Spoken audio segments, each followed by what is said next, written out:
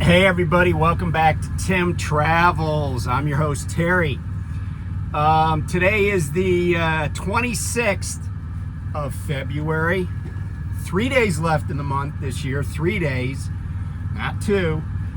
It's a leap year. Coming to you from the global corporate headquarters of Prime Inc. here in Springfield, Missouri.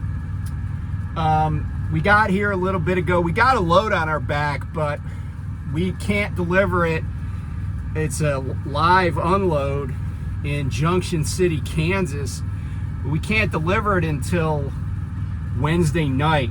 So I was like, it's not exactly en route, because we picked it up in Delaware, but we're going to use some time on the pad later this afternoon, and tomorrow my trainee Logan is getting checked into the campus inn right now so he can get off the truck for a little bit. And so we'll do that, and then Wednesday probably around noon we'll head up towards Junction City, get that delivered, get back here, and then try to get him tested out probably Saturday. If all the slots are filled, then probably we'll try it on Monday. But he's ready. He just needs to tune up some stuff on the pad and really that's the one area that we haven't worked a lot on. So he'll be fine though. I'm confident in him. And I told him if he trifectas, dinner's on me. I mean, I'm happy to pick up the tab when we go to Waffle House. So, because, if you're celebrating, you got to go to a nice place. So I'll probably put a vest sweater on or something. It's actually pretty warm here in Springfield today, and all over the plains in the Midwest, but I think there's a lot of crazy weather coming for tomorrow, so keep an eye on that. So I wanted to talk today, do a little Black history, and then we're going to talk about the title of the video. And by the way, I don't do clickbait. If I say if I say something in the title, I'm gonna talk about it. Now, if there's somebody that doesn't want to wait or wants to fast forward, fine. But it's not clickbait if I don't talk about it immediately, because you only have the attention span of a gnat, okay? There's plenty of other trucker channels that you can go to that feature people that don't have a legal education, don't have significant experience in other industries, and they can explain federal law to you, or they can talk about history. And I'm not saying other people aren't qualified. I'm just saying that's what this channel does. And it always kind of boggles my mind when people are like, oh, I couldn't watch this video, you didn't get to the point. That's the point. I don't just talk about one thing. So go to another channel. I tell people that all the time, and I'm totally sincere. We have like 3,000 subscribers on this channel. And I look at people that came into the industry, like last week, that got like 40,000. Why? I don't know. Because some people just like very pedestrian stuff. And don't want to expand their horizons, I guess. With that said, since today is the 26th day of Black History Month, I wanted to talk about the only African American to receive the Medal of Honor for his heroics during the global war on terrorism, so Afghanistan and Iraq. And that guy is Sergeant First Class, U.S. Army Sergeant First Class, Alwyn Crendell Cash. And his last name is spelled C-A-S-H-E, but I'm pretty sure it's Cash. But anyway, here's a picture of Sergeant First Class Cash.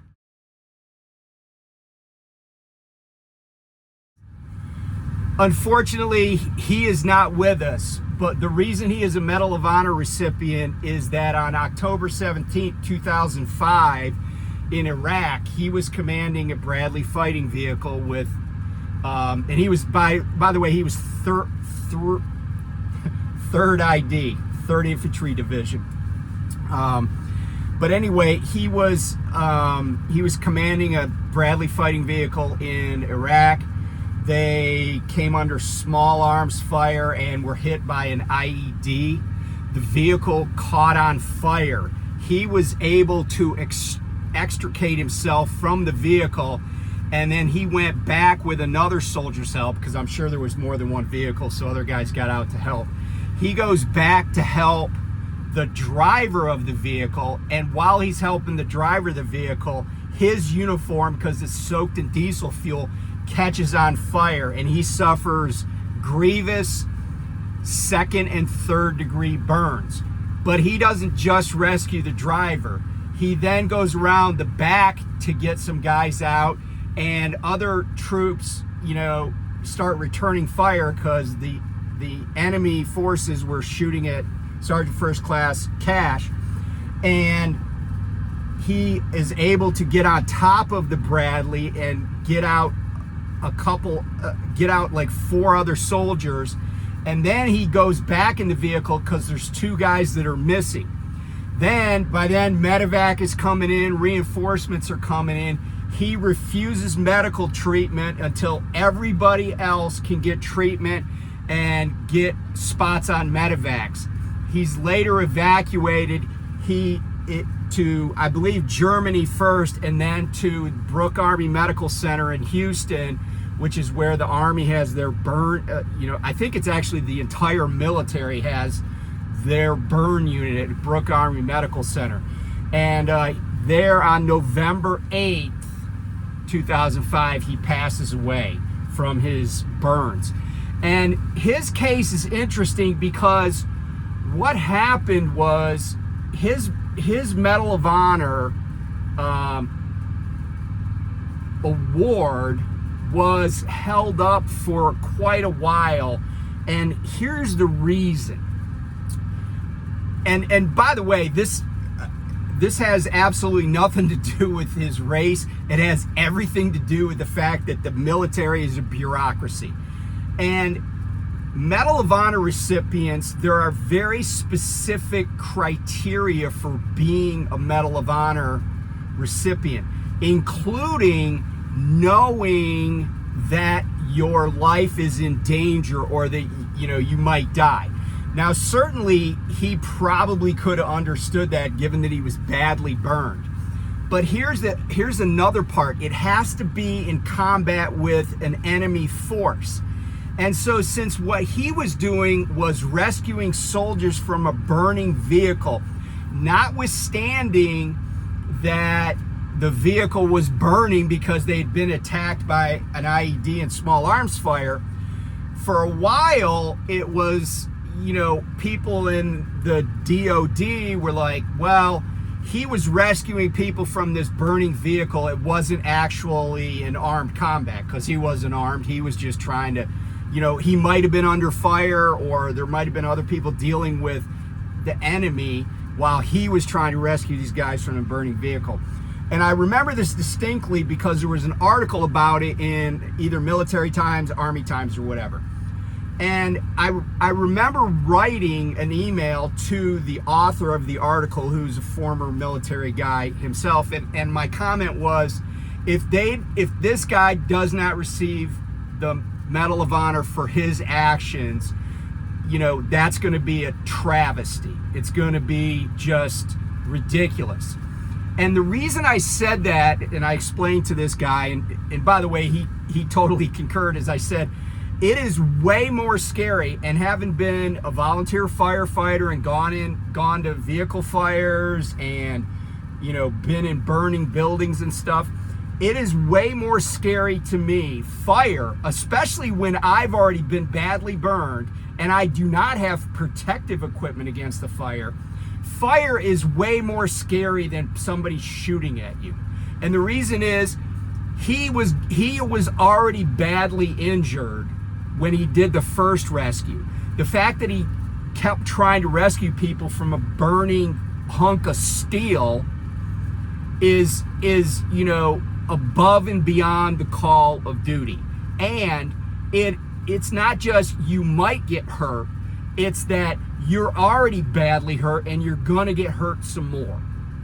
And, you know, I have way more respect for fire than I do for the aim of somebody that, you know, my units are fighting against. And that's just, you know, playing the odds, right? That's just playing the odds. And burns are, you know, they're the worst kinds of injuries. Even, you know, I mean, I've never been badly burned, and I've never been shot. But if given the choice, if they said, would you rather be shot or badly burned, I'll take the bullet every time. And that's why I felt like Sergeant First Class Cash should have been, and, you know, he eventually was, a recipient of the Medal of Honor. His wife received it at a White House ceremony in, I believe, December 2021. So there, you know, I talked about people back in the old days, but this guy's part of our history. He's part of, you know, the Army's history, the military's history, and he's also part of Black history. So anyway, my hat's off to him and his family. A lot of pain and suffering there to save other people. So anyway, I wanted to talk, I was thinking about this yesterday, and I wanted to talk about some of the attributes that I think are beneficial for somebody coming into trucking. You know, I get people that will reach out to me and say, hey, I'm changing careers, or maybe I'm even coming back into trucking after years away from it. And I think there's a few things, a few attributes, a few characteristics that people have that make them have a more successful career in trucking, make them more adept at trucking, and, you know, just maybe keep them in the job longer. And this is all about self-awareness. This is all about understanding, what are my weaknesses, what are my strengths, you know, what am I good at doing, what are things that I'd prefer not to do. And I would say, and by the way, this doesn't have anything to do with physically driving the truck, except tangentially. But one of the most important, I think, things that you can have is patience. This is a job where you spend a lot of time, even when things are going really well, you spend a lot of time sitting around. And people that are impatient, and you know what I'm talking about, you go in the shipper and the dude's been in the door for 4 hours. Yeah, that's suboptimal, but yelling at the lady at the desk is probably not going to fix the problem for any number of reasons. One is she's not driving the forklift. Two is it may be that they don't even have the product yet to put on your truck. I've had that happen, where I got to a place and like, yeah, we're waiting for another truck to come in to essentially transload you. And yelling at somebody, or even expressing displeasure when the person you're talking to has very little to do with it, other than to maybe say, hey, this guy's being a jerk to me, you know, you take your time on his trailer. And so patience is a virtue. Your patience is going to be tested. And the truth of the matter is, when you get super impatient and amped up, your blood pressure goes up, you're not hurting anybody but yourself. And you're just making, you know, you're internalizing the difficulties of the job instead of just, you know, letting it roll off your back. Okay, so patience. Next thing I would say is foresight. In other words, being able to see in the future. And I'm not saying you need tarot cards. I'm not saying you need a Ouija board. I'm just saying, thinking about, and maybe this is under the category of planning. You know, people that fail to plan to fail. Because even if you have a plan, it's often easier to modify something that you've already put a lot of thought into. And some days on this job, it's just A to B. It's like, get up, do your pre-trip, get your coffee, get behind the wheel, drive for 10 hours and 15 minutes, back into a parking spot, and that's your day. You're just on the road. That's an easy day. But not all these days are going to be easy. So planning, where am I going to get fuel? Where do I need to stop so I can get my break in, but still get to the delivery on time or the pickup on time? Having a little foresight. And foresight is also handy when you're on the road. Like, you see a trooper go by you, and then they zip by you and pull in behind somebody. I don't even have to wait for them to hit the lights, because I kind of know that there's a good chance that he's going to hit the lights, and then everybody, whenever the trooper hits the lights, what happens to everybody on the road? They scatter like cockroaches when somebody turns the lights on.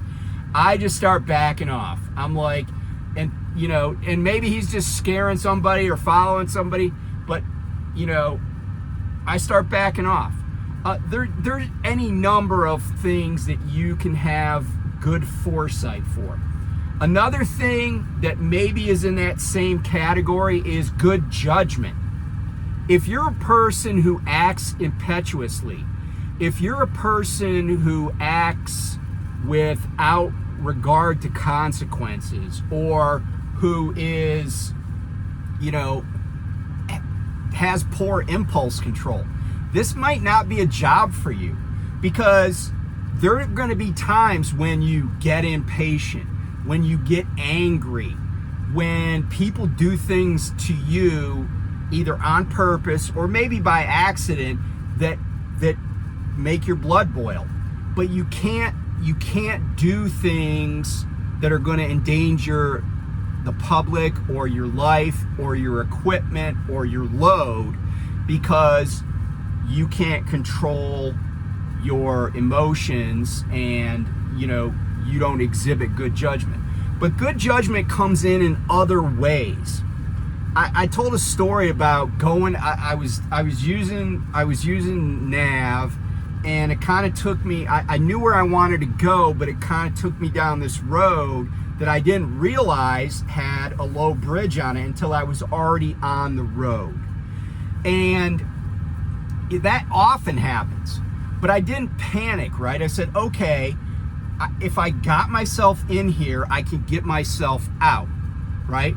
Use good judgment. I think I showed a picture recently of this clown that tried to drive a frickin' semi with a high trailer, 13.6 trailer, across a covered bridge in Pennsylvania. Well, he got stuck. But you know what? That didn't happen in the moment. It's not like he was driving along the road and within an instant a covered bridge was right in front of him. No, there were signs. He was on a road kind of out in the woods, and he just used crap judgment. And and sometimes you might call it, I call it spidey sense. Like, sometimes I'm like, oh, my nav's telling me to go down this road, but I just don't feel good about it. And I would categorize that as judgment, and you get better at that over time. You start to maybe feel like you're like, I don't like that road. I'm gonna go up, another couple of miles and try to go to the other direction, go right or left. It's, but good judgment is important to do this job successfully. And sometimes it's even judgment about who to mouth off to. I mean, I certainly have gotten my butt in a ringer a couple of times, but I will tell you that the calculus for me is different than other people. And so, I've said this in the past, don't be me. I have good judgment, but sometimes even though I know I shouldn't do something, I do it anyway, because I also have, like, I have oppositional defiance disorder, and I couldn't quantify how bad it is, but sometimes it's bad. Which sounds really weird for somebody that was career military, but I could explain it if I had a couple hours. Another good characteristic is being conscious of spending and where money's going. I don't care if you're a company driver or a lease operator or you own your own truck. I see people do stuff, and there was a saying when I worked in the investment community, which was, it doesn't matter how much you earn, it matters how much you keep. People that end up retiring and being very comfortable often they're keepers. They're not spenders. You see people with a depreciating asset sitting in the parking lot while they're driving for 5 weeks at a time or 6 weeks at a time. Those people are spenders, not keepers. I was telling my trainee when I first got into trucking, and that wasn't that long ago, it's like 4 years ago, I was kind of coming off a period where I hadn't been making much money, and my wife is like, your allowance is $40 a week. That's right, $40 a week on the road was my allowance. So do you think I went to Hardee's every 3 squares a day for lunch and dinner and breakfast? No. I went to Walmart, I brought stuff that I made at home, and I also try to be smart about using my Love's points, because I was company, I could fuel at Love's whenever I wanted to, so I just racked up tons of points. But you'll be a lot happier when you come home and you didn't spend an extra $500 on fast food in a month or in 5 weeks. And I was telling somebody about this guy recently. I met this guy when I was at GP Transco. He was at the terminal. He was complaining about the money he was making, and I thought, as company drivers back in when I was at GP, that we got paid pretty well. It was pretty solid money, and he was complaining about it. And it turned out, when I just talked to him a little bit, he had his girlfriend on the truck, and they were both eating at fast food at truck stop restaurants at least twice a day. So 4 meals a day at truck stop restaurants, which even back then would have had to have been close to $50, I'm guessing, a day. And then and by the way, he was going through a divorce, and the girlfriend wanted a dog on the truck, so he didn't just go to the pound and get any old dog. No. He bought like a purebred German Shepherd puppy that cost him like, I don't know, $1,000. And then he was like, yeah, I just got nothing left after everything. I'm like, dude, it ain't the company that's the problem. It's you. It's not the wages they pay. It's not the mileage you get. It's you. I didn't say that to him, but that's what I was thinking. So being frugal, being smart with your money, knowing where to get fuel and supplies and stuff like that. Walmart's a lot cheaper to buy. The terminal is cheap for anti-gel, but Walmart is a lot cheaper than a truck stop. It's about half the price for anti-gel at Walmart versus buying it at Love's. So just being frugal, that comes in handy. The other attribute, and I'll stop because that's going to be 5, but the other attribute is understanding that the clock is the enemy. Time management. If you're a person who just pisses away, hours a day, basically accomplishing nothing, and you do, and it's not like you're just having a mental health day, but you routinely do that, and you're not somebody that can just get out of bed in the morning and get on the road and meet your requirements, this is not a great job for you, because everything we do is time intensive. And if you need to, I think Lyle was talking about some fleet manager that was kind of castigating people because they'd like sleep in, you know, for 12, 13 hours, then expect to be able to run 500 miles in, you know, 8 hours in an 8-hour shift. That's foolhardy. That's poor judgment, it's poor foresight, and it's poor time management. And when you can't manage your time, your lack of time management will cost you money. And all of these attributes are gonna put money in your pocket. But if you just suck at that, you gotta really take a good hard look at it and say, can I change? Can I use my training time to change? Or is that gonna be too heavy a lift? I think a lot of people come out here and they're unsuccessful in training, or even when they get out on their own, they're unsuccessful because they just can't manage their time. And I mean, and you know, sometimes honestly, people just can't do math. And I mean that in like actually can't like do math, because I've seen that in ACE 2 class, but also they just can't look at everything and understand, okay, how am I going to make money? How am I going to save money? How am I going to, you know, think about a rainy day? And so if any of those attributes are things that you don't have, well, patience, foresight, good judgment, good time management, if those are things that, you know, escape you, be honest with yourself. Don't put yourself through the brain damage, because then you'll just end up hating whatever company you go to. You'll hate your trainer, and you'll just be like, oh, you know,